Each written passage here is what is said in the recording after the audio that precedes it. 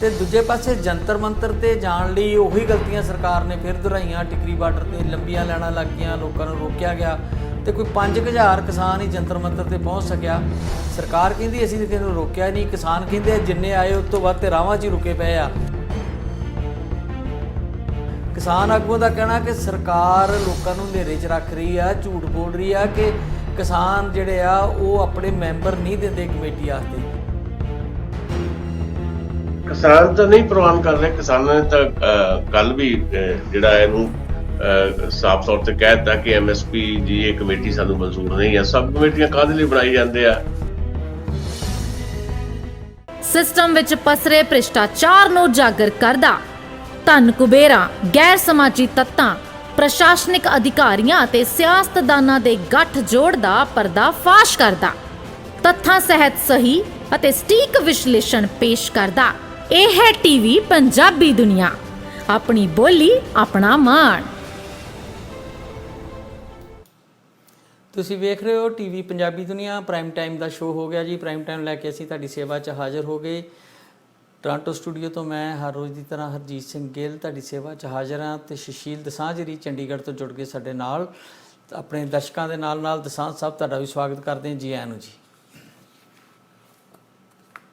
ਬਹੁਤ ਮਿਹਰਬਾਨੀ, ਬਹੁਤ ਸ਼ੁਕਰੀਆ ਹਰਜੀਤ ਗਿੱਲ ਜੀ ਤੇ ਟੀਵੀ ਪੰਜਾਬੀ ਦੁਨੀਆ ਦੇ ਸਾਰੇ ਦਰਸ਼ਕਾਂ ਦਾ ਵੀ ਸਵਾਗਤ ਹੈ ਜੀ।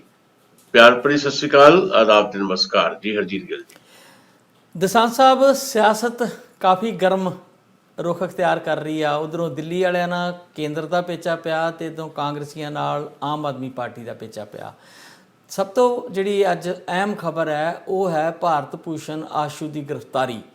ਅੱਜ ਦੇ ਦਿਨ ਹੀ, ਕੱਲ੍ਹ ਜਿਹੜਾ ਲੰਘਿਆ ਤੁਹਾਡਾ ਦਿਨ ਆ, ਹੁਣ ਬਹੁਤ ਅਰਲੀ ਮਾਰਨਿੰਗ ਦਿਨ ਆ, ਕੱਲ੍ਹ ਸਵੇਰੇ ਮੋਹਾਲੀ ਵਿੱਚ ਕਾਂਗਰਸੀ ਇੱਕ ਪ੍ਰੋਟੈਸਟ ਕਰਦੇ ਨੇ। ਕਹਿੰਦੇ ਨੇ ਕਿ ਜੇ ਕੋਈ ਕੇਸ ਹੈ ਤਾਂ ਸਾਨੂੰ ਗ੍ਰਿਫਤਾਰ ਕਰੋ, ਚੈਲੰਜ ਕਰਦੇ ਨੇ। ਤੇ ਕੁਝ ਕੁ ਘੰਟਿਆਂ ਬਾਅਦ ਹੀ ਗ੍ਰਿਫਤਾਰੀ ਲੁਧਿਆਣੇ 'ਚੋਂ ਆਸ਼ੂਰਾ ਦੀ ਹੋ ਜਾਂਦੀ ਆ, ਉਹ ਵੀ ਇੱਕ ਸਲੂਨ 'ਚ।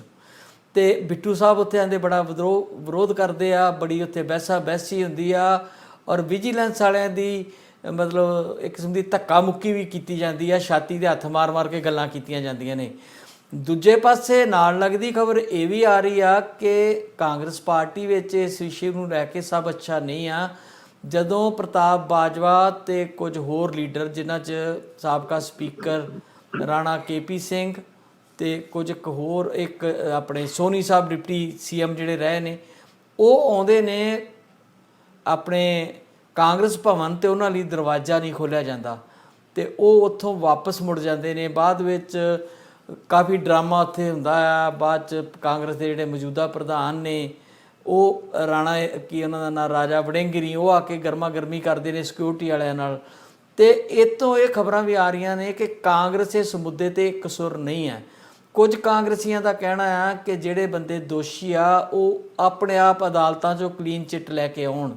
ਦੂਜੇ ਪਾਸੇ ਜਿਹੜੀ ਕਾਂਗਰਸ ਦੀ ਇਸ ਵੇਲੇ ਲੀਡਰਸ਼ਿਪ ਹੈ, ਪ੍ਰਧਾਨ ਸਾਹਿਬ ਤੇ ਉਹਨਾਂ ਦੇ ਨਾਲ ਵਾਲੇ ਸਾਥੀ, ਉਹ ਜਿਹੜੇ ਆ ਉਹ ਬਾਰ-ਬਾਰ ਵਿਰੋਧ ਕਰਦੇ ਨੇ ਇਹਨਾਂ ਗ੍ਰਿਫਤਾਰੀਆਂ ਦਾ।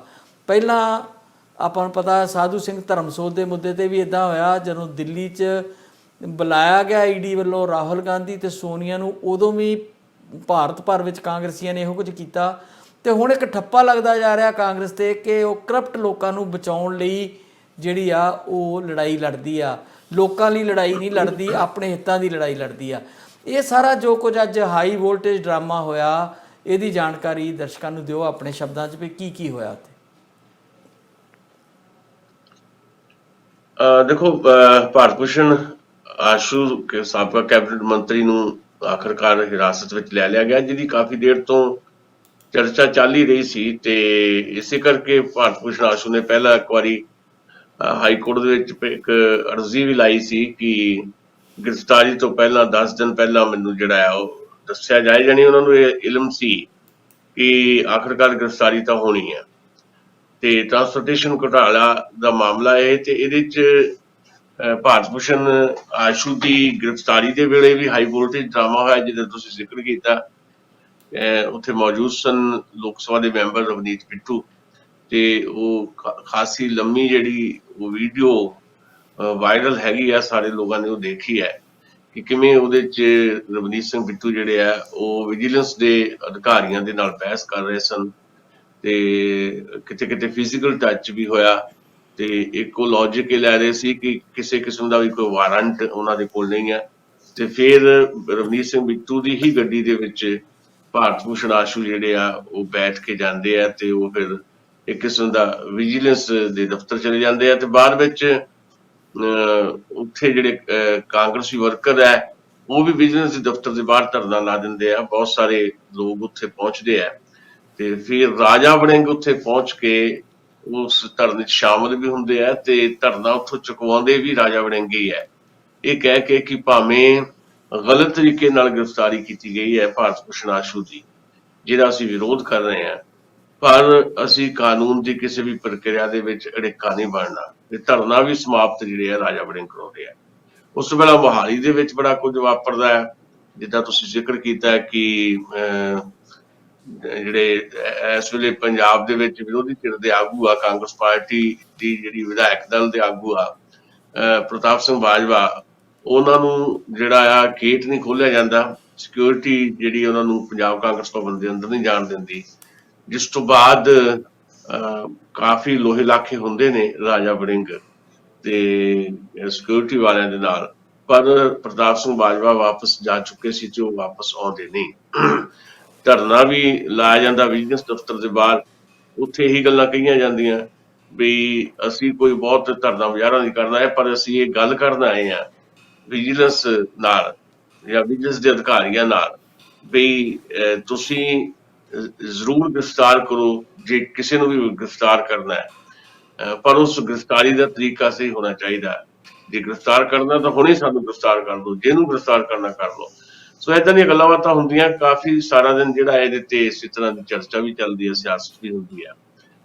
ਪਰ ਮੈਂ ਸਮਝਦਾ ਕਿ ਕੋਈ ਵੀ ਮਾਮਲਾ ਹੋਵੇ ਉਹਦੇ 'ਚ ਜਦੋਂ ਇਸ ਤਰ੍ਹਾਂ ਦੇ ਮਾਮਲੇ ਆਉਂਦੇ ਆ ਜਿਹਦੇ 'ਚ ਨਾ ਆ ਰਹੇ ਨੇ ਕਰਪਸ਼ਨ ਦੇ ਮਾਮਲੇ ਜਿਹੜੇ ਹੈ, ਉਹਦੇ 'ਚ ਕੋਈ ਵੀ ਹੋਵੇ, ਚਾਹੇ ਉਹ ਕਾਂਗਰਸ ਦਾ ਆਗੂ ਹੋਵੇ, ਚਾਹੇ ਜੋ ਦਿੱਲੀ ਦੇ ਵਿੱਚ ਹੋ ਰਿਹਾ ਮਨੀਸ਼ ਸਿਸੋਦੀਆ ਦੇ ਉੱਤੇ ਗ੍ਰਿਫਤਾਰੀ ਦੀ ਤਲਵਾਰ ਲਟਕ ਰਹੀ ਹੈ, ਚਾਹੇ ਉੱਥੇ ਆਮ ਆਦਮੀ ਪਾਰਟੀ ਦੇ ਉੱਤੇ ਐਕਸ਼ਨ ਹੋ ਰਿਹਾ ਹੋਵੇ, ਭਾਵੇਂ ਇਹ ਗੱਲ ਸਮਝੀ ਜਾ ਸਕਦੀ ਹੈ ਕਿ ਵਿਜੀਲੈਂਸ ਜਾਂ ਈਡੀ ਜਾਂ ਸੀਬੀਆਈ ਜਿਹੜੀਆਂ ਕੇਂਦਰੀ ਏਜੰਸੀਆਂ, ਇਹਨਾਂ ਦੀ ਜਿਹੜੀ ਵਰਤੋਂ ਆ ਜਾਂ ਮਿਸਯੂਜ਼ ਹੈ ਉਹ ਵਿਰੋਧੀਆਂ ਦੇ ਖਿਲਾਫ ਹੀ ਹੋ ਰਿਹਾ, ਆਪਣਿਆਂ ਦੇ ਖਿਲਾਫ ਕੁਝ ਨਹੀਂ ਕੀਤਾ ਜਾ ਰਿਹਾ।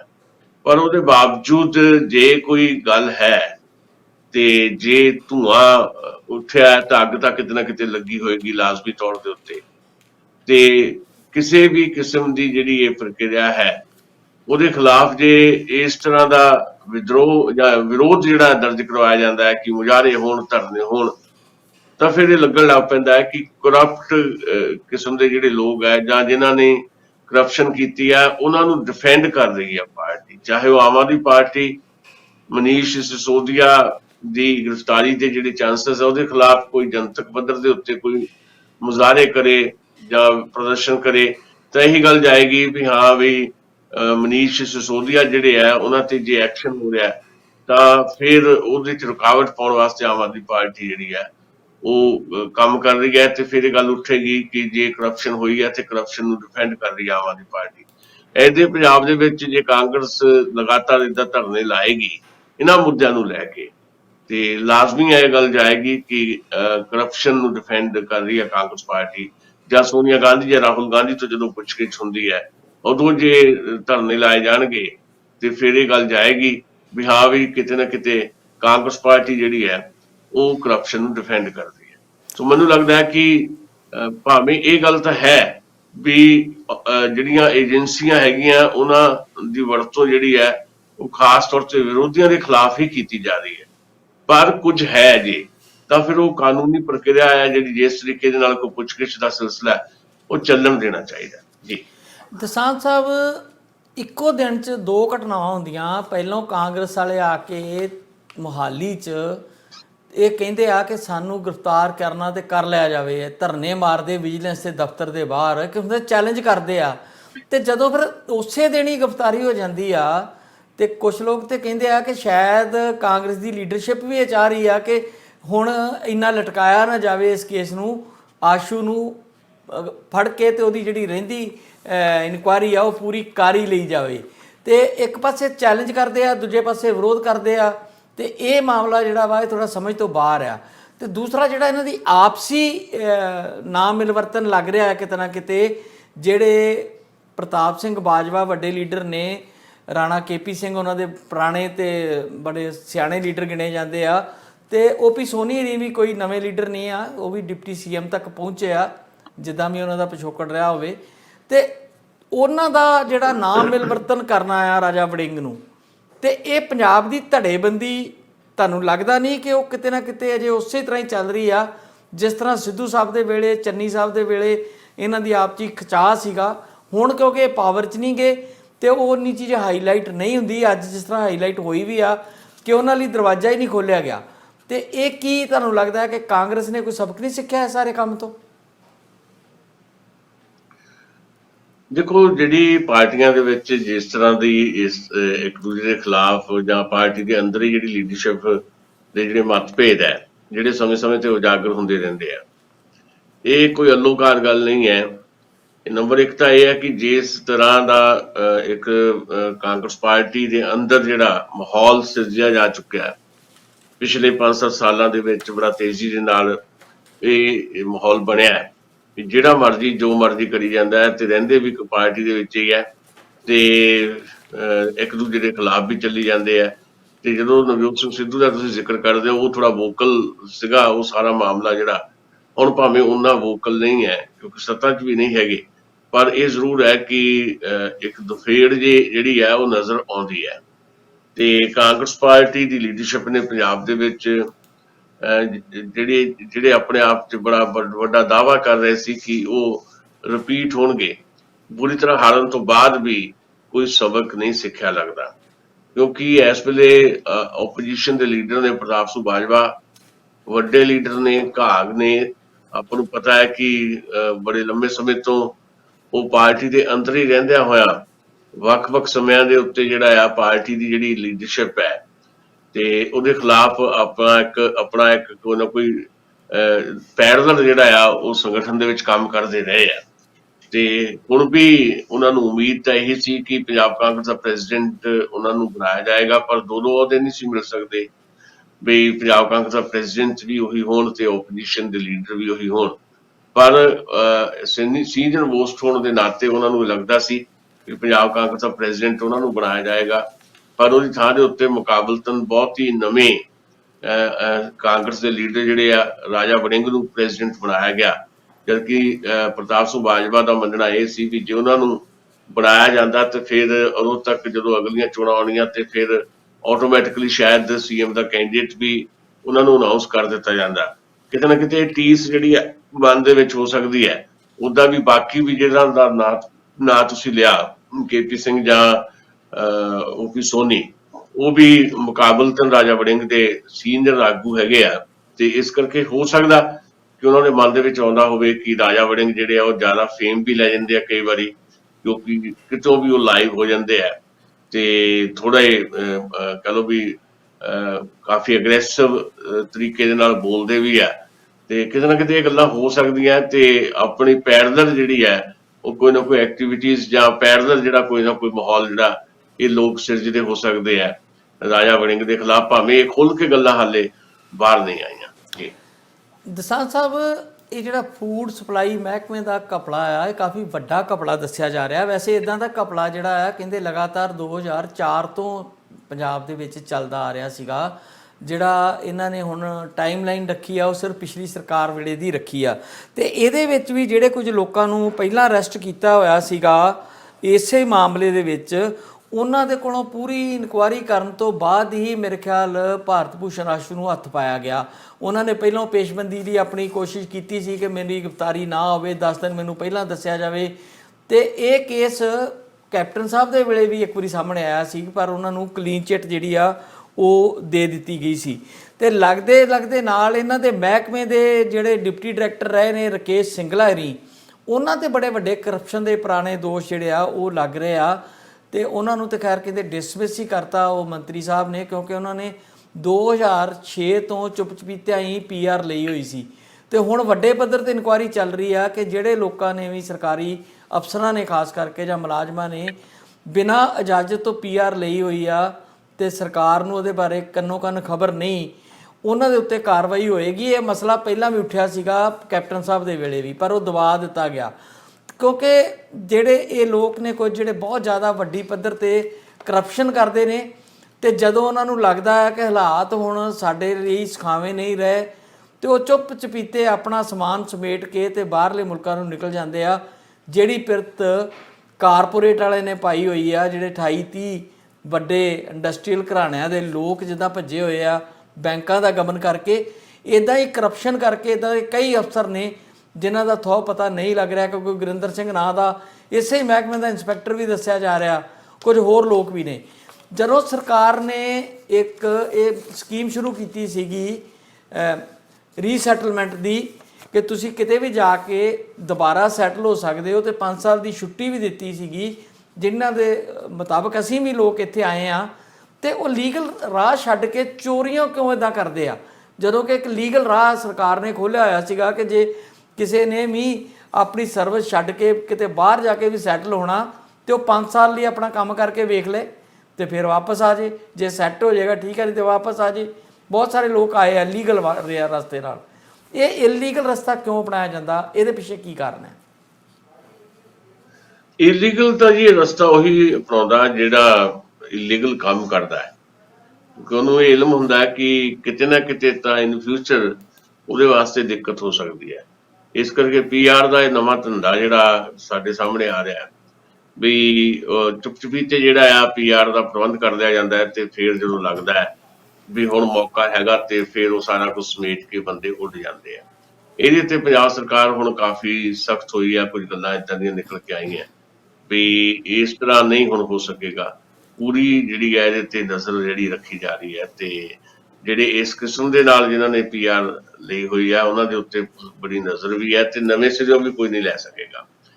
ਮੈਂ ਸਮਝਦਾ ਕਿ ਇਹ ਜਿੱਦਾਂ ਤੁਸੀਂ ਵੀ ਜ਼ਿਕਰ ਕਰ ਰਹੇ ਸੀ ਕਿ ਇਹ ਇੱਕ ਤਰੀਕਾ ਜਿਹਾ ਬਣਾ ਲਿਆ ਵੀ ਹਾਂ ਵੀ ਤੁਸੀਂ ਸੱਤਾ 'ਚ ਹੈਗੇ ਆ ਤੇ ਸਰਕਾਰ 'ਚ ਬੈਠੇ ਆ ਤੇ ਕੋਈ ਖਾਸ ਕਿਸਮ ਦਾ ਜਿਹੜਾ ਧੰਦਾ ਆ ਉਹ ਬੈਠੇ ਤੁਸੀਂ ਕਰ ਰਹੇ ਹੋ, ਜਿਹਦੀ ਤੁਸੀਂ ਕਰੋੜਾਂ ਅਰਬਾਂ ਰੁਪਏ ਜਿਹੜੇ ਆ ਉਹ ਨਜਾਇਜ਼ ਤੌਰ ਤੇ ਇਕੱਠੇ ਕਰ ਰਹੇ ਹੋ। ਫਿਰ ਤੁਸੀਂ ਲੀਗਲ ਤਰੀਕੇ ਦੇ ਨਾਲ ਉਹ ਸਾਰੀਆਂ ਚੀਜ਼ਾਂ ਜਿਹੜੀਆਂ ਆ ਉਹਨਾਂ ਨੂੰ ਸੈੱਟ ਵੈਟ ਕਰਕੇ ਤੇ ਆਪਣਾ PR ਲੈ ਕੇ ਪਹਿਲੇ ਸੋਚੀ ਬੈਠੇ ਹੋ ਕਿ ਜਦੋਂ ਥੋੜਾ ਜਿਹਾ ਮੌਕਾ ਮਿਲਦਾ ਤੇ ਜਦੋਂ ਕਿਤੇ ਕੋਈ ਏਦਾਂ ਦੀ ਗੱਲ ਹੋਣ ਲੱਗਦੀ ਹੈ ਤੇ ਫਿਰ ਤੁਸੀਂ ਤਿੱਤਰ ਹੋ ਜਾਂਦੇ ਹੋ।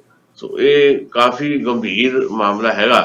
ਇਹਦੇ ਤੇ ਪੰਜਾਬ ਸਰਕਾਰ ਵੱਲੋਂ ਹੁਣ ਕਾਫੀ ਜ਼ਿਆਦਾ ਇਹਦੇ ਤੇ ਦੇਖਿਆ ਜਾ ਰਿਹਾ, ਜੋ ਪੁਣਛਾਣ ਵੀ ਕੀਤੀ ਜਾ ਰਹੀ ਹੈ ਕਿਹੜੇ ਕਿਹੜੇ ਲੋਕ ਨੇ, ਕਿੰਨੇ ਲੋਕ ਨੇ ਜਿਨ੍ਹਾਂ ਨੇ ਪਹਿਲਾਂ ਹੀ ਏਦਾਂ PR ਲਈ ਹੋਈ ਹੈ ਤੇ ਫਿਰ ਉਹਨਾਂ ਤੇ ਖਾਸੀ ਨਜ਼ਰ ਜਿਹੜੀ ਆ ਸਰਕਾਰ ਦੀ ਹੈ। ਤੇ ਮੈਨੂੰ ਲੱਗਦਾ ਕਿ ਜਿਸ ਤਰ੍ਹਾਂ ਦੀਆਂ ਕਾਰਵਾਈਆਂ ਹੁਣ ਹੋ ਰਹੀਆਂ ਨੇ ਤੇ ਜਿਵੇਂ ਪੰਜਾਬ ਸਰਕਾਰ ਨੇ ਕਈ ਜਿਹੜੇ ਮਾਮਲੇ ਜਿਹੜੇ ਆ ਉਹ ਉਠਾਏ ਆ, ਕੁਝ ਲੋਕਾਂ ਨੂੰ ਗ੍ਰਿਫਤਾਰ ਕੀਤਾ ਹੈ, ਕੁਝ ਤੇ ਗ੍ਰਿਫਤਾਰੀ ਦੀ ਤਲਵਾਰ ਲਟਕ ਰਹੀ ਹੈ ਤੇ ਜਿਹੜੇ ਇੱਦਾਂ ਦੇ ਕੇਸਿਸ ਵੀ ਹੈਗੇ ਆ ਉਹਨਾਂ ਦੀ ਵੀ ਪੁਣਛਾਣ ਸ਼ੁਰੂ ਕਰ ਦਿੱਤੀ ਹੈ, ਉਹਦੀ ਜਾਂਚ ਸ਼ੁਰੂ ਹੋ ਗਈ ਹੈ। ਤਾਂ ਜ਼ਰੂਰ ਇਹਦੇ ਤੇ ਠੱਲ ਤਾਂ ਲਾਜ਼ਮੀ ਤੌਰ ਤੇ ਪਏਗੀ ਵੀ ਵਰਤਮਾਨ ਜਾਂ ਭਵਿੱਖ ਦੇ ਵਿੱਚ ਜਿਹੜਾ ਵੀ ਕੋਈ ਇਸ ਤਰ੍ਹਾਂ ਦਾ ਧੰਦਾ ਕਰ ਰਿਹਾ ਹੈ ਉਹਨੂੰ ਜ਼ਰੂਰ ਕੰਨ ਹੋ ਗਏ ਹੋਣਗੇ ਤੇ ਅੱਗੇ ਨੂੰ ਫਰਕ ਤਾਂ ਲਾਜ਼ਮੀ ਤੌਰ ਤੇ ਪਏਗਾ ਜੀ। ਅੱਛਾ, ਦੂਜੀ ਵੱਡੀ ਖਬਰ ਵੱਲ ਵੀ ਥੋੜ੍ਹਾ ਜਿਹਾ ਧਿਆਨ ਕਰਦੇ ਹਾਂ ਕਿ ਮਨੀਸ਼ ਸਿਸੋਦੀਆ ਹੈਰਾਨ ਨੂੰ ਪਿਛਲੇ ਦਿਨਾਂ ਤੋਂ ਕੁਝ ਲੱਗ ਰਿਹਾ ਸੀਗਾ ਕਿ ਐਕਸਾਈਜ਼ ਵਾਲੇ ਕੰਮ ਦੇ ਵਿੱਚ ਉਹਨਾਂ ਦੀ ਗ੍ਰਿਫਤਾਰੀ ਹੋ ਸਕਦੀ ਆ। ਇਸ ਤੋਂ ਪਹਿਲਾਂ ਜਦੋਂ ਸਤਿੰਦਰ ਜੈਨ ਨੂੰ ਗ੍ਰਿਫਤਾਰ ਨਹੀਂ ਸੀ ਅਜੇ ਕੀਤਾ ਗਿਆ ਤੇ ਉਦੋਂ ਵੀ ਕੇਜਰੀਵਾਲ ਰੀਕ ਇਸ ਤਰ੍ਹਾਂ ਦੀ ਗੱਲ ਕਰਦੇ ਸੀ ਕਿ ਜਿਹੜੇ ਜੈਨ ਸਾਹਿਬ ਆ ਉਹਨਾਂ ਨੇ ਬਹੁਤ ਚੰਗੇ ਕੰਮ ਕੀਤੇ ਆ। ਮੇਰੇ ਖਿਆਲ ਹੈਲਥ ਡਿਪਾਰਟਮੈਂਟ ਉਹਨਾਂ ਕੋਲ ਸੀਗਾ ਤੇ ਹੈਲਥ ਦੇ ਵਿੱਚ ਉਹਨਾਂ ਮਾਰ ਕੇ ਮਾਰਿਆ। ਜੇ ਉਹਨਾਂ ਦੀ ਗ੍ਰਿਫਤਾਰੀ ਹੋ ਗਈ ਤੇ ਸਾਡਾ ਹੈਲਥ ਸਿਸਟਮ ਜਿਹੜਾ ਤਬਾਹ ਹੋ ਜਾਊਗਾ।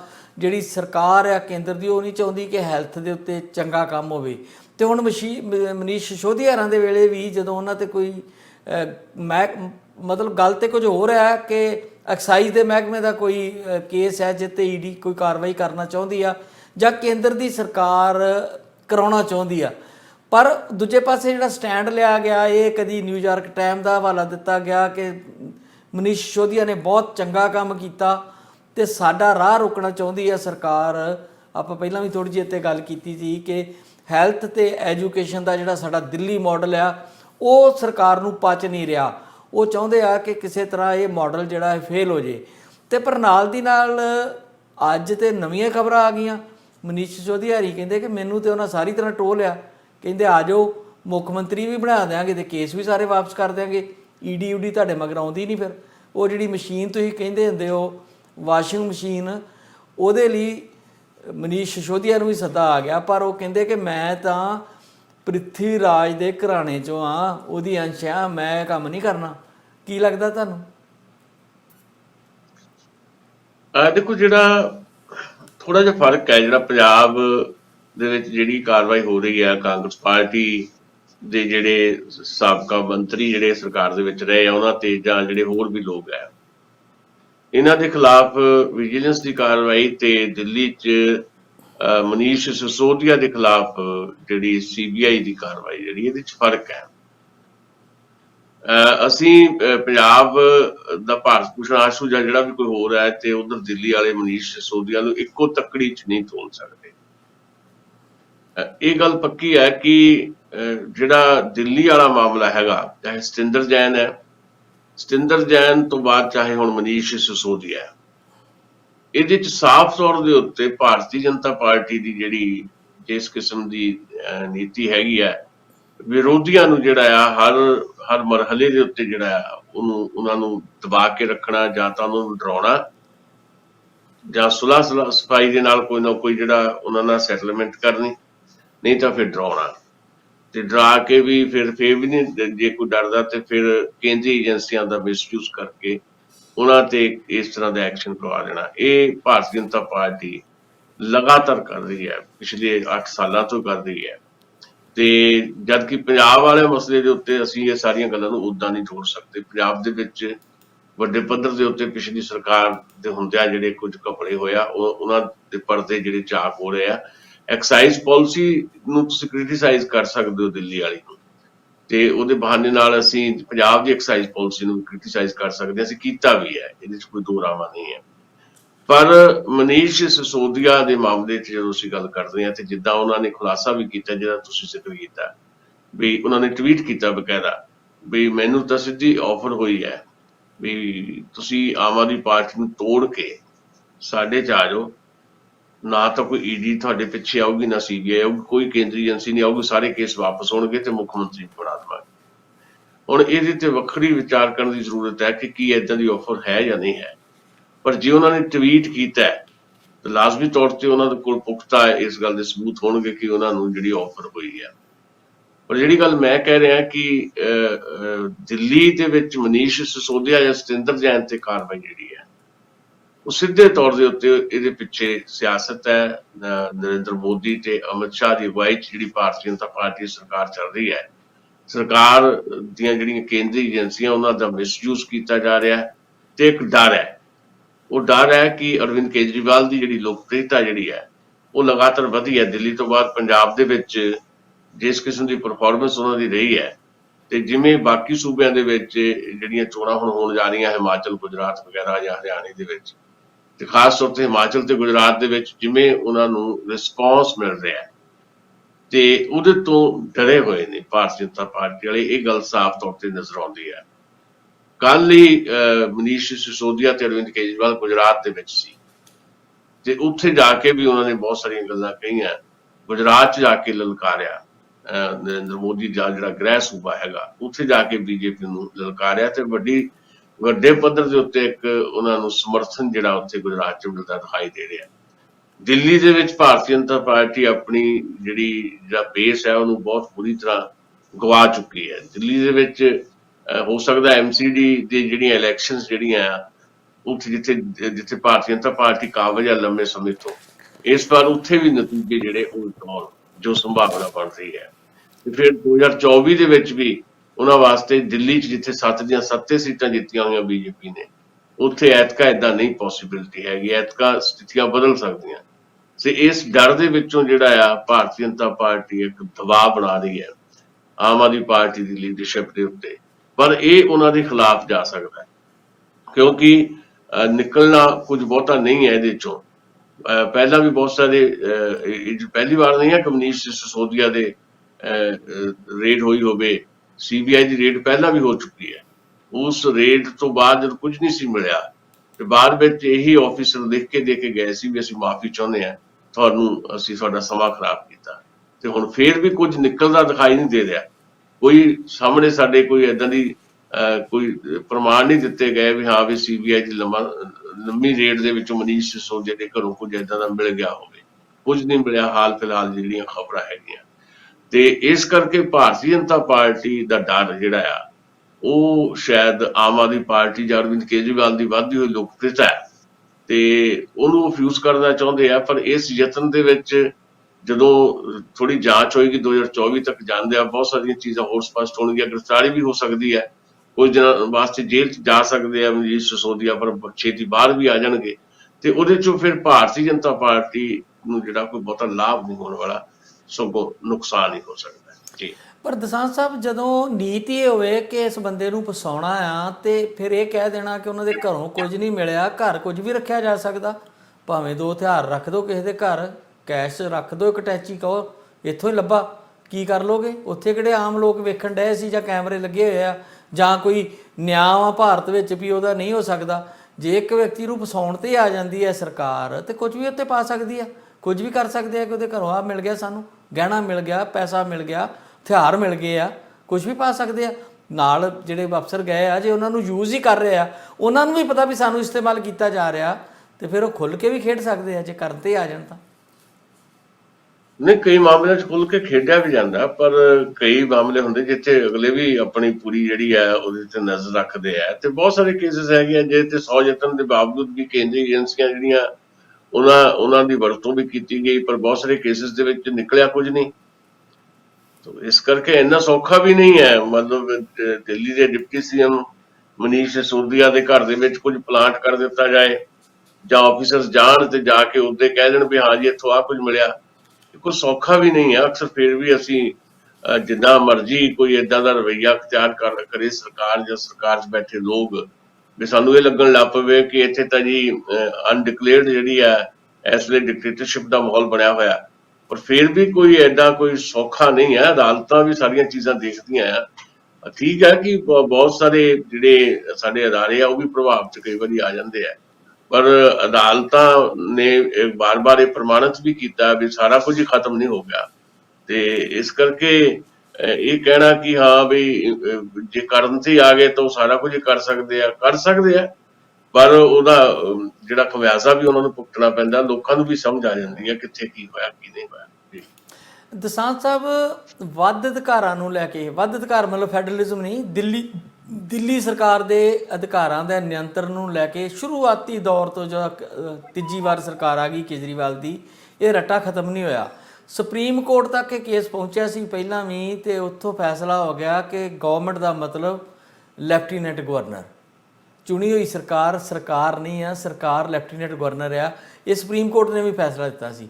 ਹੁਣ ਮੁੜ ਤੋਂ ਇੱਕ ਬੈਂਚ ਬਣਾਇਆ ਰਮੰਨਾ ਸਾਹਿਬ ਨੇ, ਅੱਜ ਹੀ ਬਣਿਆ ਜੀ, ਸੋਮਵਾਰ ਵਾਲੇ ਦਿਨ ਹੀ, ਜਿਹੜਾ ਸਾਡਾ ਅੱਜ ਦਿਨ ਚੱਲ ਰਿਹਾ, ਉਹ ਡਿਸਾਈਡ ਕਰੂਗਾ ਕਿ ਕਿਹੜਾ ਅਧਿਕਾਰ ਜਿਹੜਾ ਆ ਉਹ ਚੁਣੀ ਹੋਈ ਸਰਕਾਰ ਦਾ ਤੇ ਕਿਹੜਾ ਅਧਿਕਾਰ ਲੈਫਟੀਨੈਂਟ ਗਵਰਨਰ ਦਾ। ਇਹ ਦੁਬਾਰਾ ਲੋੜ ਕਿਉਂ ਪੈ ਗਈ ਫਿਰ, ਜਦੋਂ ਪਹਿਲਾਂ ਸੁਪਰੀਮ ਕੋਰਟ ਇੱਕ ਵਾਰੀ ਫੈਸਲਾ ਦੇ ਚੁੱਕੀ ਆ ਕਿ ਸਰਕਾਰ ਦਾ ਮਤਲਬ ਲੈਫਟੀਨੈਂਟ ਗਵਰਨਰ ਹੁੰਦਾ ਹੈ?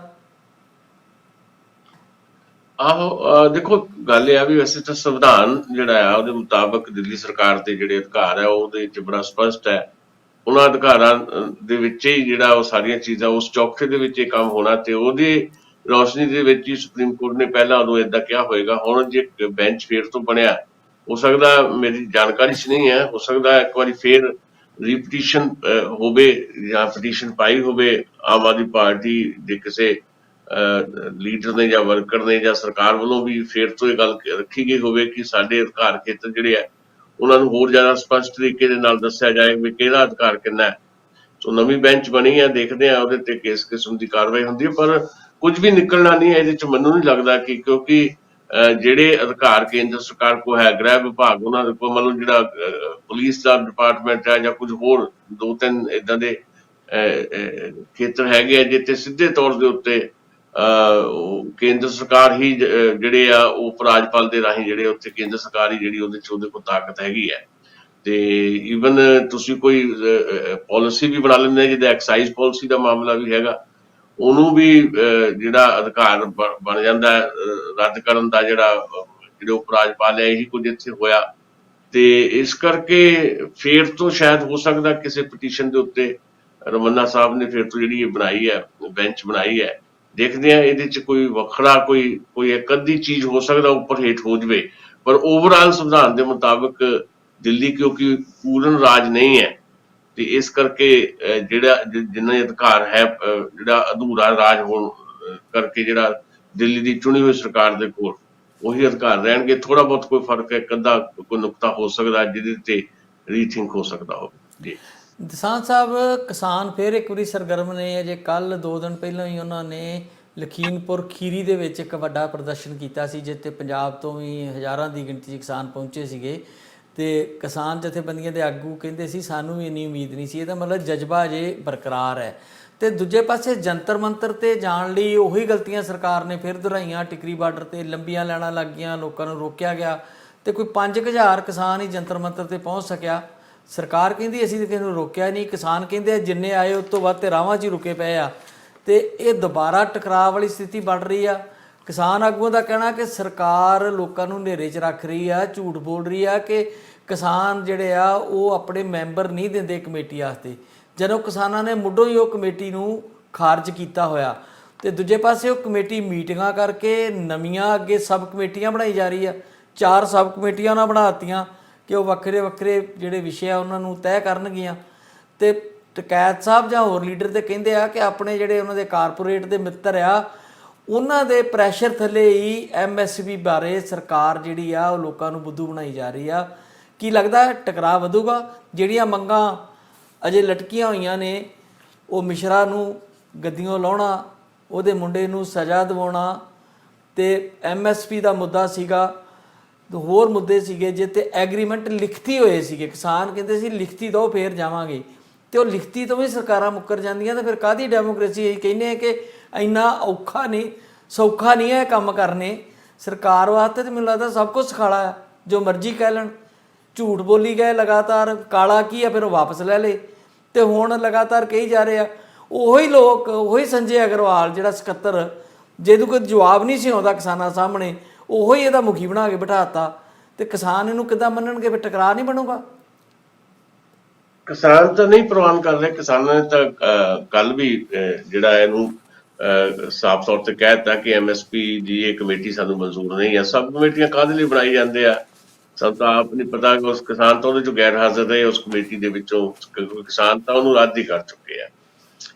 ਸੋ ਮੈਨੂੰ ਇਹ ਲੱਗ ਰਿਹਾ ਕਿ ਕੱਲ ਦਾ ਜਿਹੜਾ ਐਕਸ਼ਨ ਸੀ ਉਹ ਕਾਫੀ ਸਫਲ, ਮੈਂ ਉਸ ਐਕਸ਼ਨ ਨੂੰ ਮੰਨਦਾ। ਲਖੀਮਪੁਰ ਖੀਰੀ ਵਾਲਾ ਐਕਸ਼ਨ ਵੀ ਕਾਫੀ ਸਫਲ ਸੀ, ਤੇ ਭਾਵੇਂ 5-7 ਹਜ਼ਾਰ ਕਿਸਾਨ ਹੀ ਜੰਤਰ ਮੰਤਰ ਪਹੁੰਚ ਸਕਿਆ। ਤੇ ਬਹੁਤੇ ਕਿਸਾਨ ਜਿਹੜੇ ਆ ਉਹ ਵੱਖ-ਵੱਖ ਬਾਰਡਰਸ ਦੇ ਉੱਤੇ ਕਿਤੇ ਨਾ ਕਿਤੇ ਰੁਕ ਗਏ, ਰੋਕ ਦਿੱਤੇ ਗਏ। ਕੁਝ ਥਾਵਾਂ ਤੇ ਬੈਰੀਕੇਡ ਤੋੜੇ ਵੀ ਕਿਸਾਨਾਂ ਨੇ, ਜਿੱਥੇ ਸੀਗੇ ਉੱਥੇ ਧਰਨੇ ਲਾ ਕੇ ਬਹਿ ਗਏ। ਟਿੱਕਰੀ ਸਿੰਘੂ ਬਾਰਡਰ ਤੇ ਉਧਰ ਗਾਜ਼ੀਪੁਰ ਬਾਰਡਰ ਤੇ ਇਹ ਦ੍ਰਿਸ਼ ਜਿਹੜੇ ਦਿਖਾਈ ਦੇ ਰਹੇ ਸੀ। ਰਕੇਸ਼ ਟਕੈਤ ਨੂੰ ਵੀ ਗ੍ਰਿਫਤਾਰ ਕਰ ਲਿਆ ਗਿਆ ਸੀ ਉਹਨਾਂ ਦੇ ਕੁਝ ਸਾਥੀਆਂ ਦੇ ਨਾਲ। ਬਾਅਦ ਵਿੱਚ ਉਹਨਾਂ ਨੂੰ ਗਾਜ਼ੀਪੁਰ ਬਾਰਡਰ ਤੇ ਛੱਡ ਦਿੱਤਾ ਗਿਆ।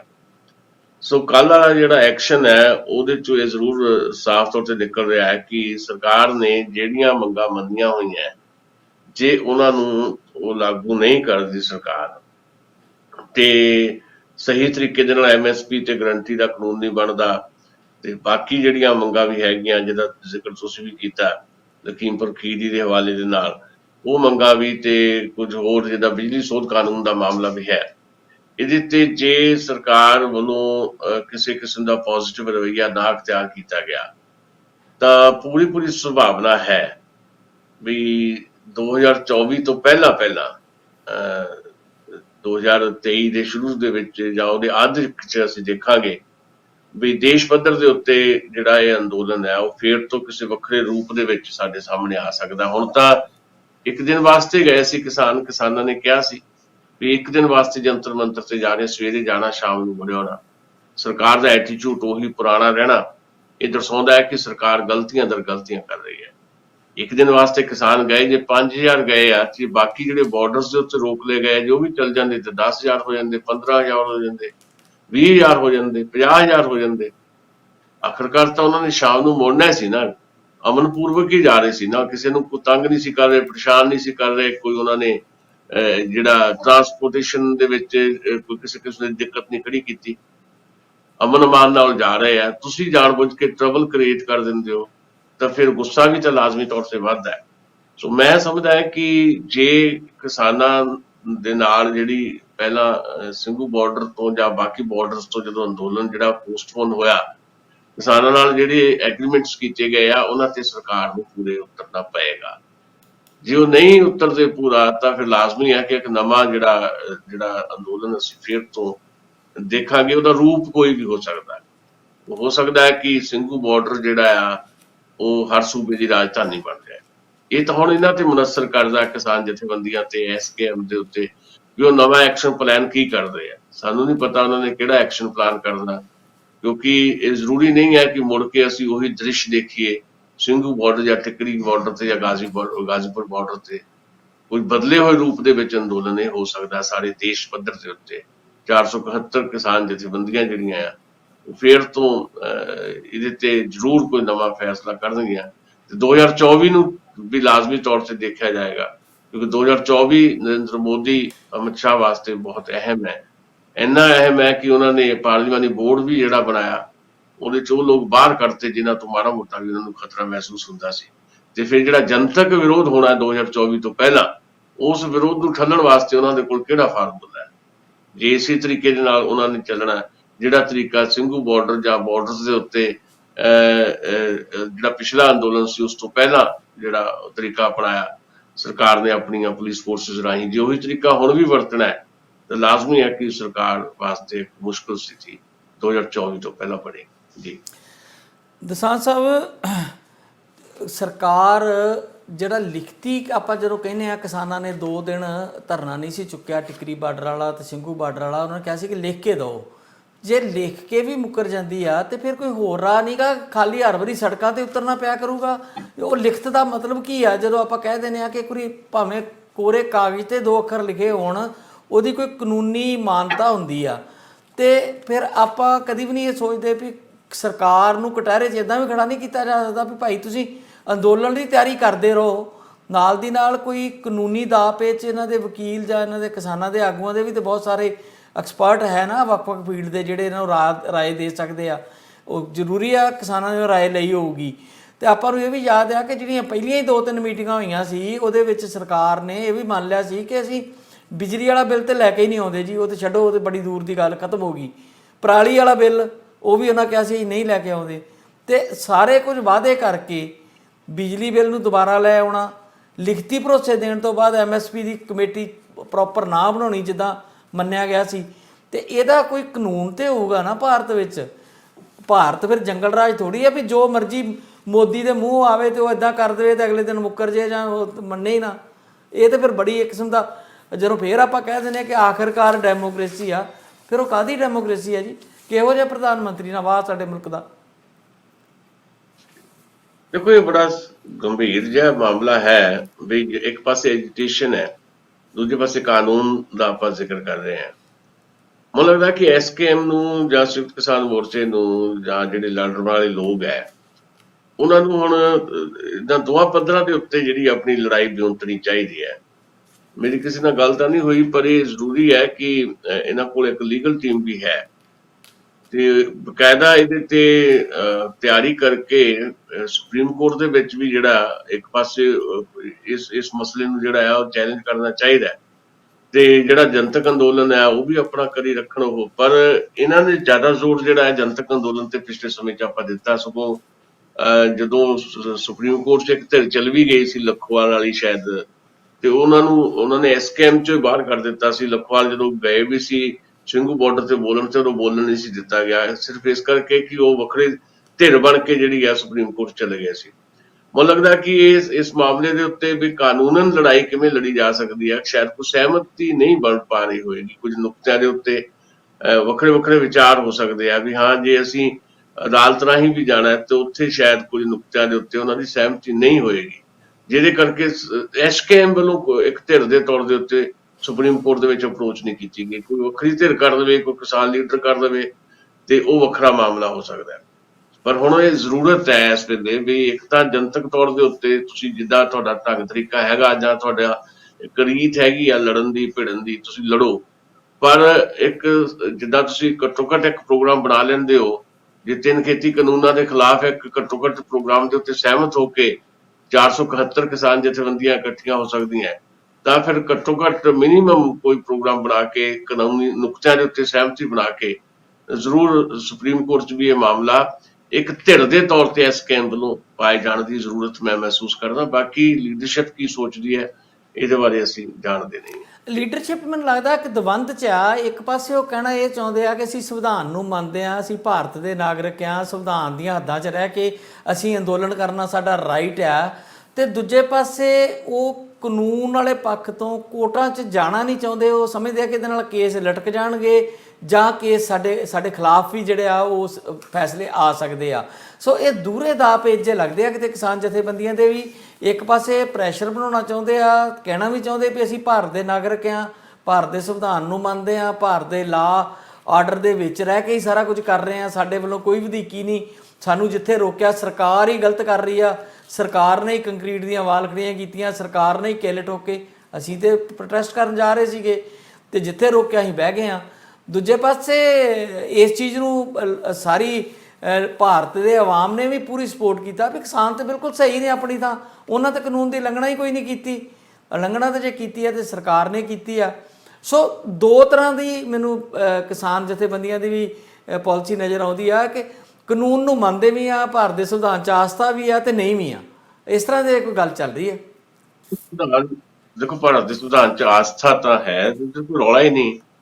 ਜਿਹੜੇ ਆਸਥਾ ਦੀ ਸਹੁੰ ਖਾ ਕੇ ਰਾਜਗੱਦੀਆਂ ਤੇ ਬੈਠੇ ਆ, ਸੰਵਿਧਾਨ ਦੀ ਉਲੰਘਣਾ ਤਾਂ ਉਹਨਾਂ ਨੇ ਕੀਤੀ ਹੈ 3 ਖੇਤੀ ਕਾਨੂੰਨ ਬਣਾ ਕੇ, ਕਿਉਂਕਿ ਸੰਵਿਧਾਨਕ ਤੌਰ ਦੇ ਉੱਤੇ ਤਾਂ ਸਟੇਟ ਇਸ਼ੂ ਸੀ ਨਾ। ਅਸੀਂ ਇੱਥੇ ਲੰਬੀ ਚਰਚਾ ਕਰ ਚੁੱਕੇ ਹਾਂ। ਦਸਾਂ ਸਾਹਿਬ ਕੋਈ ਸਹੁੰ ਖਾਵੇ ਨਾ ਖਾਵੇ, ਤੁਹਾਡੇ ਲਈ ਮੇਰੇ ਲਈ ਜਿਹੜੇ ਮੁਲਕ 'ਚ ਰਹਿੰਦੇ ਆ ਦਾ ਸੰਵਿਧਾਨ ਤੇ ਉਸੇ ਤਰ੍ਹਾਂ ਹੀ ਇੱਕ ਪਵਿੱਤਰ ਇੱਕ ਕਾਨੂੰਨ ਹੈ, ਉਹ ਇੱਕ ਵਿਧਾ ਆ ਜਿਹਦੇ ਮੁਤਾਬਕ ਜੀਣਾ ਪੈਣਾ ਆ। ਜੰਗਲ ਦਾ ਰਾਜ ਤੇ ਹੈ ਨਹੀਂ। ਸਹੁੰ ਖਾਣ ਨਾਲ ਕੋਈ ਜ਼ਿਆਦਾ ਨਹੀਂ ਹੁੰਦਾ। ਸਹੁੰਆਂ ਤੇ ਝੂਠੀਆਂ ਰੋਜ਼ ਖਾਂਦੇ ਆ ਲੀਡਰ ਲੋਕ। ਯਾਨੀ ਕਿ ਭਾਰਤ ਵਿੱਚ ਜਿਹੜਾ ਵੀ ਜੰਮ ਪਿਆ, ਭਾਰਤ ਦੇ ਸੰਵਿਧਾਨ ਦੀ ਕਦਰ ਕਰਨਾ ਤੇ ਉਹਦਾ ਉਦਾਂ ਹੀ ਫਰਜ਼ ਬਣਦਾ ਤੇ ਉਹ ਕਰ ਵੀ ਰਿਹਾ ਹੁੰਦਾ ਆ। ਤੇ ਉਹ ਸੰਵਿਧਾਨ ਤੋਂ ਬਾਹਰ ਤੇ ਹਮੇਸ਼ਾ ਸਰਕਾਰਾਂ ਹੀ ਜਾਂਦੀਆਂ। ਪਹਿਲਾਂ ਐਜੀਟੇਸ਼ਨ ਤੇ ਹੁੰਦੀ ਹੈ ਉਦੋਂ ਜਦੋਂ ਸੰਵਿਧਾਨ ਦੀ ਉਲੰਘਣਾ ਹੁੰਦੀ ਆ, ਫੇਰ ਹੀ ਹੁੰਦੀ ਆ। ਜਦੋਂ ਲੋਕਾਂ ਦੇ ਹੱਕ ਮਾਰੇ ਜਾਂਦੇ ਆ, ਲੋਕਾਂ ਨਾਲ ਵਧੀਕੀ ਕੀਤੀ ਜਾਂਦੀ ਆ, ਉਹਨਾਂ ਦੇ ਹੱਕ ਖੋਹ ਕੇ ਦੂਜਿਆਂ ਨੂੰ ਦਿੱਤੇ ਜਾਂਦੇ ਆ, ਉਦੋਂ ਹੀ ਤੇ ਲੜਾਈ ਸ਼ੁਰੂ ਹੁੰਦੀ ਆ। ਤੇ ਗੱਲ ਤੇ ਇਹ ਆ ਵੀ ਸੰਵਿਧਾਨ ਦੀ ਸਹੁੰ ਖਾ ਲਵੇ ਭਾਵੇਂ ਨਾ ਖਾ ਲੇ, ਸੰਵਿਧਾਨ ਤੇ ਹਰ ਇੱਕ ਸ਼ਹਿਰੀ ਲਈ ਓਨਾ ਹੀ ਬਰਾਬਰ ਹੈ। ਉਹੀ ਗੱਲ ਅਸੀਂ ਕਰ ਰਹੇ ਹਾਂ ਕਿ ਸੰਵਿਧਾਨ ਸਿਖਾਇਆ ਜਾਂਦਾ, ਪੜ੍ਹਾਇਆ ਜਾਂਦਾ ਤੁਹਾਨੂੰ ਸਾਨੂੰ, ਪਰ ਸੰਵਿਧਾਨ ਦੀ ਸਹੁੰ ਖਾ ਕੇ ਜਿਹੜੇ ਬੈਠੇ ਨੇ ਰਾਜਗੱਦੀਆਂ ਦੇ ਉੱਤੇ, ਉਹ ਸੰਵਿਧਾਨ ਦੇ ਮੁਤਾਬਕ ਕੰਮ ਨਹੀਂ ਕਰਦੇ। ਇਹੀ ਗੱਲ ਅਸੀਂ ਕਹਿ ਰਹੇ ਹਾਂ। ਤੇ ਇਹ ਪਹਿਲੀ ਵਾਰ ਨਹੀਂ, ਅਕਸਰ ਇਹ ਹੁੰਦਾ ਹੈ।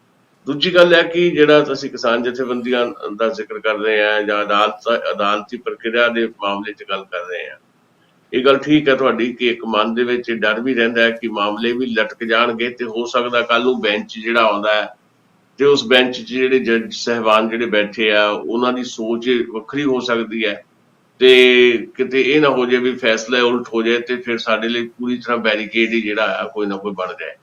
ਸੋ ਇਦਾਂ ਦੀ ਵੀ ਕੋਈ ਡਰ ਹੋ ਸਕਦਾ ਹੈ। ਪਰ ਓਵਰਆਲ ਕਿਸਾਨ ਜਥੇਬੰਦੀਆਂ ਇਹਦੇ ਤੇ ਸਿਆਣੀ ਲੀਡਰਸ਼ਿਪ ਹੈਗੀ, ਉਹ ਜ਼ਰੂਰ ਇਹਦੇ ਤੇ ਸੋਚ ਰਹੇ ਹੋਣਗੇ, ਕੋਈ ਨਾ ਕੋਈ ਇਹਦੇ ਤੇ ਵਰਕ ਹੋ ਰਿਹਾ ਹੋਏਗਾ। ਪਰ ਇਨ ਬਿਟਵੀਨ ਜਿਹੜਾ ਕੱਲ ਹਰਿਆਣੇ ਦੇ ਵਿੱਚ ਸਤਿਆਪਾਲ ਮਲਿਕ ਆਏ, ਉਹਨਾਂ ਨੇ ਫੇਰ ਤੋਂ ਜਿਹੜੀ ਗੱਲ ਕਹੀ ਹੈ ਉਹ ਜ਼ਰੂਰ ਇੱਕ ਸਵਾਲ ਪੈਦਾ ਕਰਦੀ ਹੈ ਕਿ ਭਾਰਤੀ ਜਨਤਾ ਪਾਰਟੀ ਦੇ ਸੀਨੀਅਰ ਮੋਸਟ ਲੀਡਰ ਉਹ ਰਹੇ ਆ, ਹੁਣ ਉਹ ਰਾਜਪਾਲ ਨੇ ਮੇਘਾਲਿਆ ਦੇ, ਤੇ ਲਗਾਤਾਰ ਇਸ ਮੁੱਦੇ ਦੇ ਉੱਤੇ ਆਪਣੇ ਹੀ ਪ੍ਰਧਾਨ ਮੰਤਰੀ ਦੀ ਆਲੋਚਨਾ ਕਰਦੇ ਰਹੇ ਆ। ਕੱਲ ਵੀ ਉਹਨਾਂ ਨੇ ਕਿਹਾ ਕਿ MSP ਇਸ ਕਰਕੇ ਨਹੀਂ ਮਿਲ ਰਹੀ ਕਿਉਂਕਿ ਪ੍ਰਧਾਨ ਮੰਤਰੀ ਦੇ ਇੱਕ ਮਿੱਤਰ ਨੇ ਅਡਾਨੀ ਸਾਹਿਬ, ਤੇ ਇਸ ਕਰਕੇ MSP ਕਿਸਾਨਾਂ ਨੂੰ ਨਹੀਂ ਮਿਲ ਰਹੀ। ਤੇ ਨਾਲ ਉਹਨਾਂ ਨੇ ਇਹ ਵੀ ਕਿਹਾ ਵੀ ਦੇਸ਼ ਦੇ ਵਿੱਚ ਜਿਹੜਾ ਕਿਸਾਨ ਜਿਹੜਾ ਹੈ ਉਹਨੂੰ ਹਰਾਇਆ ਨਹੀਂ ਜਾ ਸਕਦਾ, ਅੰਦੋਲਨ ਫੇਰ ਤੋਂ ਉੱਠੇਗਾ ਤੇ ਅੰਦੋਲਨ ਉਹ ਜਿੱਤੇਗਾ। ਇਹ ਬੜੀਆਂ ਤਿੱਖੀਆਂ ਟਿੱਪਣੀਆਂ ਉਹਨਾਂ ਨੇ ਜਿੱਦਾਂ ਉਹ ਕਰਦੇ ਰਹਿੰਦੇ ਆ ਕੱਲ ਵੀ ਕੀਤੀਆਂ। ਤੇ ਇਹ ਜ਼ਰੂਰ ਸਮਝਣ ਦੀ ਜ਼ਰੂਰਤ ਹੈ ਜਾਂ ਇਹ ਸੋਚਣ ਦੀ ਜ਼ਰੂਰਤ ਹੈ ਵੀ ਉਹ ਲਗਾਤਾਰ ਆਪਣੇ ਹੀ ਪ੍ਰਧਾਨ ਮੰਤਰੀ ਦੇ ਖਿਲਾਫ ਬੋਲਦੇ ਆ, ਉਹਦੇ ਬਾਵਜੂਦ ਉਹ ਰਾਜਪਾਲ ਬਣੇ ਹੋਏ ਆ। ਤੇ ਜਦ ਕਿ ਨਿਤਿਨ ਗਡਕਰੀ ਵਰਗੇ ਬੰਦੇ, ਸ਼ਿਵਰਾਜ ਚੌਹਾਨ ਵਰਗੇ ਬੰਦੇ ਜਿਹੜੇ ਆ ਜਿਨ੍ਹਾਂ ਨੇ ਓਪਨਲੀ ਕ੍ਰਿਟੀਸਾਈਜ਼ ਭਾਵੇਂ ਨਹੀਂ ਕੀਤਾ ਨਰਿੰਦਰ ਮੋਦੀ ਨੂੰ, ਉਹਨਾਂ ਨੂੰ ਬਾਹਰ ਦਾ ਰਸਤਾ ਦਿਖਾ ਦਿੱਤਾ ਗਿਆ। ਬਿਲਕੁਲ ਇਹ ਵੀ ਚੀਜ਼ ਜਿਹੜੀ ਹੈ ਬੜਾ ਗੁੰਝਲਦਾਰ ਮਸਲਾ ਬਣਿਆ ਹੋ ਜੀ। ਸਤਪਾਲ ਮਲਕਰ ਵਾਲਾ ਵੀ ਇਹ ਵੀ ਕਿਸੇ ਨਾ ਕਿਸੇ ਦਿਨ ਚੀਜ਼ ਸਾਹਮਣੇ ਆ ਜਾਣੀ ਆ ਕਿ ਇਹ ਜਿਹੜੀ ਹੈਗੀ ਆ ਨਾ ਜੀ ਉਹ ਪ੍ਰੈਸ਼ਰ ਕੁੱਕਰ ਵਾਲਾ ਪ੍ਰੈਸ਼ਰ ਰਿਲੀਜ਼ ਕਰਨ ਦਾ ਇੱਕ ਰਾਹ ਸ਼ਾਇਦ ਆਰਐਸਐਸ ਨੇ ਬਣਾਇਆ ਹੋਵੇ। ਨਹੀਂ ਤੇ ਸਤਪਾਲ ਮਲਕਰਾਂ ਨੂੰ ਇੰਨੀ ਖੁੱਲੀ ਛੁੱਟੀ ਦੇ ਨਹੀਂ ਸਕਦੀ ਸਰਕਾਰ, ਕੋਈ ਵੀ ਨਹੀਂ ਦਿੰਦੀ ਸਰਕਾਰ। ਕੋਈ ਨਾ ਕੋਈ ਕਾਰਨ ਹੈ ਕਿ ਇਹ ਪ੍ਰੈਸ਼ਰ ਥੋੜਾ ਜਿਹਾ ਰਿਲੀਜ਼ ਹੁੰਦਾ ਰਹੇ ਨਾਲ ਦੀ ਨਾਲ, ਸ਼ਾਇਦ ਇਦਾਂ ਦੀ ਕੋਈ ਪਾਲਿਸੀ ਸਰਕਾਰ ਦੀ ਹੋਵੇ। ਸਮਾਂ ਆਪਣਾ ਹੋ ਗਿਆ। ਵੈਸੇ ਸ਼ਹੀਦ ਭਗਤ ਸਿੰਘ ਦੇ ਨਾਂ ਤੇ ਮੋਹਾਲੀ ਵਾਲੇ ਏਅਰਪੋਰਟ ਦੇ ਨਾਂ ਤੇ ਸਹਿਮਤੀ ਹੋ ਗਈ, ਪਰ ਚਟਾਲਿਆਂ ਦੇ ਫੇਰ ਅੜ ਗਏ ਆ। ਦੂਜੇ ਪਾਸੇ ਮੂਸੇਵਾਲੇ ਦੇ ਪੇਰੈਂਟਸ ਹੁਣ ਕਹਿੰਦੇ ਆ ਕਿ ਅਸੀਂ ਬਹੁਤ ਸ਼ਰਾਫਤ ਨਾਲ ਵੇਖ ਲਿਆ, ਸਰਕਾਰ ਕੁਝ ਨਹੀਂ ਕਰ ਰਹੀ, ਸਾਨੂੰ ਖੁਦ ਧਰਨੇ ਮਾਰਨੇ ਪੈਣੇ ਆ। ਅਸੀਂ ਉਦੋਂ ਜਦੋਂ ਲੱਖਾਂ ਲੋਕ ਆਏ ਸੀ ਬੜੇ ਸੰਜਮ ਤੋਂ ਕੰਮ ਲਿਆ ਸੀ ਕਿ ਗੱਲ ਕਿਸੇ ਪੁੱਠੇ ਪਾਸੇ ਨਾ ਚਲੇ ਜਾਵੇ। ਸਾਡੇ ਕੋਲ ਸਾਰਾ ਕੁਝ ਸੀਗਾ, ਅਸੀਂ ਨਹੀਂ ਬੋਲੇ, ਪਰ ਹੁਣ ਸਾਨੂੰ ਬੋਲਣ ਲਈ ਮਜਬੂਰ ਕੀਤਾ ਜਾ ਰਿਹਾ। ਸਰਕਾਰ ਸਾਡੇ ਨਾਲ ਖੇਡ ਰਹੀ ਆ, ਸ਼ਰਾਫਤ ਦਾ ਨਜਾਇਜ਼ ਫਾਇਦਾ ਉਠਾ ਰਹੀ ਆ। ਇਹਨਾਂ ਦੋ ਤੇ ਟਿੱਪਣੀ ਕਰ ਦਿਓ। ਉੱਦਾਂ ਤੇ ਇਮਰਾਨ ਖਾਨ ਦੇ ਨਾਂ ਨੂੰ ਹਿਰਾਸਤ ਉੱਤੇ ਦੇਸ਼ ਧਰੋਹ ਦਾ ਕੇਸ ਉੱਥੇ ਵਿੱਚ ਸ਼ੁਰੂ ਹੋ ਗਿਆ ਜੀ, ਅੱਤਵਾਦੀ ਕੇਸ ਦਰਜ ਕੀਤਾ ਸੀ ਪਰ ਜ਼ਮਾਨਤ ਮਿਲ ਗਈ ਆ। ਦੂਜੇ ਪਾਸੇ ਰੂਸ 'ਚ ਇੱਕ ਵਿਅਕਤੀ ਫੜਿਆ ਆਈਐਸ ਦਾ, ਜਿਹੜਾ ਕਹਿੰਦਾ ਭਾਰਤ ਵਿੱਚ ਵੱਡੀ ਘਟਨਾ ਕਰਨ ਜਾ ਰਿਹਾ ਸੀਗਾ। ਇਹ ਦੋ ਵੱਡੀਆਂ ਖਬਰਾਂ ਸੀ ਜਿਹੜੀਆਂ ਅਸੀਂ ਅੱਜ ਨਹੀਂ ਕਰ ਪਾਵਾਂਗੇ, ਪਰ ਹਾਂਜੀ ਜੀ ਬਸ ਉਹ ਤਾਂ ਇਹ ਆ ਭਗਤ ਸਿੰਘ ਹੋਰਾਂ ਦੇ ਨਾਂ ਦੇ ਉੱਤੇ ਚੰਗੀ ਗੱਲ ਹੈ, ਸਹਿਮਤੀ ਜੇ ਬਣੀ ਆ ਪੰਜਾਬ ਤੇ ਹਰਿਆਣੇ ਦੀ। ਉਹਦੇ ਚਟਾਲਾ ਸਾਹਿਬ ਜਿਹੜੇ ਦੁਸ਼ਯੰਤ ਚਟਾਲਾ ਉਹ ਕਹਿੰਦੇ ਆ ਵੀ ਪੰਚਕੂਲਾ ਵੀ ਜਦੋਂ ਨਾਂ ਹੀ ਲਿਖਣਾ ਸ਼ਹੀਦ ਭਗਤ ਸਿੰਘ ਏਅਰਪੋਰਟ ਜਿਹੜਾ ਚੰਡੀਗੜ੍ਹ ਮੋਹਾਲੀ ਤੇ ਪੰਚਕੂਲਾ, ਇਹਦੇ ਤੇ ਵੀ ਮੈਨੂੰ ਲੱਗਦਾ ਕਿ ਬਹੁਤਾ ਕੋਈ ਲੰਮੀ ਚੌੜੀ ਬਹਿਸ ਦੀ ਕੋਈ ਬਹੁਤੀ ਜ਼ਰੂਰਤ ਨਹੀਂ ਹੈ। ਤੇ ਪਤਾ ਨਹੀਂ ਹੁਣ ਦੋਵੇਂ ਸਰਕਾਰਾਂ ਇੱਥੇ ਕੀ ਸਹਿਮਤੀ ਕਰਦੀਆਂ ਕੀ ਨਹੀਂ ਕਰਦੀਆਂ, ਪਰ ਚੰਗੀ ਗੱਲ ਹੈ ਕਿ ਜੇ ਏਅਰਪੋਰਟ ਦਾ ਨਾਂ ਸ਼ਹੀਦ ਆਜ਼ਮ ਸਰ ਭਗਤ ਸਿੰਘ ਦੇ ਨਾਂ ਤੇ ਸਹਿਮਤੀ ਬਣੀ ਹੈ। ਤਾਂ ਦੂਜਾ ਮੂਸੇਵਾਲਾ ਦੇ ਪਿਤਾ ਜਾਂ ਉਹਨਾਂ ਦੇ ਜਿਹੜੇ ਉਹਨਾਂ ਦੇ ਮਾਤਾ ਜੀ ਹੈ, ਉਹ ਕੋਈ ਸਰਕਾਰ ਨੂੰ ਚੈਲੰਜ ਇਹ ਕਿਸਮ ਦਾ ਕਰ ਰਿਹਾ ਵੀ ਤੁਸੀਂ ਸਹੀ ਤਰੀਕੇ ਨਾਲ ਕੰਮ ਨਹੀਂ ਕਰ ਰਹੇ, ਤੇ ਉਹ ਧਰਨਾ ਲਾਉਣ ਦੀ ਵੀ ਗੱਲ ਕਰ ਰਹੇ ਆ। ਤੇ ਨਾਲ ਇਹ ਵੀ ਅਪੀਲ ਕਰਦੇ ਆ ਕਿ ਲੋਕ ਸਾਡੇ ਨਾਲ ਬੇਸ਼ੱਕ ਧਰਨੇ ਤੇ ਨਾ ਆਉਣ, ਸਾਨੂੰ ਇਕੱਲਿਆਂ ਨੂੰ ਜਿਹੜਾ ਅਸੀਂ ਧਰਨਾ ਲਾਵਾਂਗੇ ਵੀ ਸਰਕਾਰ ਜਿਹੜੀ ਆ ਉਹ ਸਹੀ ਤਰੀਕੇ ਦੇ ਨਾਲ ਇਸ ਮਸਲੇ ਦੇ ਉੱਤੇ ਉਹਨਾਂ ਦੇ ਬੇਟੇ ਦਾ ਮਰਡਰ ਜਿਹੜਾ ਹੋਇਆ ਉਹਦੇ ਤੇ ਜਿਹੜੇ ਦੋਸ਼ੀ ਆ ਉਹਨਾਂ ਨਾਲ ਸਹੀ ਤਰੀਕੇ ਨਾਲ ਜਿੱਦਾਂ ਸਿੱਝਣਾ ਚਾਹੀਦਾ ਹੈ। ਹਾਲੇ ਵੀ ਕੁਝ ਲੋਕ ਉਹ ਕਹਿੰਦੇ ਬਾਹਰ ਹੈ ਤੇ ਸਰਕਾਰ ਇਹਦੇ 'ਚ ਨਾਕਾਮ ਆ। ਇਸ ਤਰ੍ਹਾਂ ਦੀਆਂ ਗੱਲਾਂ ਉਹਨਾਂ ਵੱਲੋਂ ਕਹੀਆਂ ਜਾ ਰਹੀਆਂ, ਦੇਖਦੇ ਹਾਂ ਕੀ ਇਹਦਾ ਨਤੀਜਾ ਨਿਕਲਦਾ ਜੀ। ਦਸਾਂਝ ਸਾਹਿਬ ਬਹੁਤ ਬਹੁਤ ਸ਼ੁਕਰੀਆ ਜੀ। ਕੱਲ ਦੇ ਪ੍ਰੋਗਰਾਮ ਦੁਬਾਰਾ ਮਿਲਦੇ ਹਾਂ, ਬਹੁਤ ਧੰਨਵਾਦ। ਤੱਥਾਂ ਸਹਿਤ ਸਹੀ ਅਤੇ ਸਟੀਕ ਵਿਸ਼ਲੇਸ਼ਣ ਪੇਸ਼ ਕਰਦਾ ਇਹ ਹੈ ਟੀਵੀ ਪੰਜਾਬੀ ਦੁਨੀਆ, ਆਪਣੀ ਬੋਲੀ ਆਪਣਾ ਮਾਣ।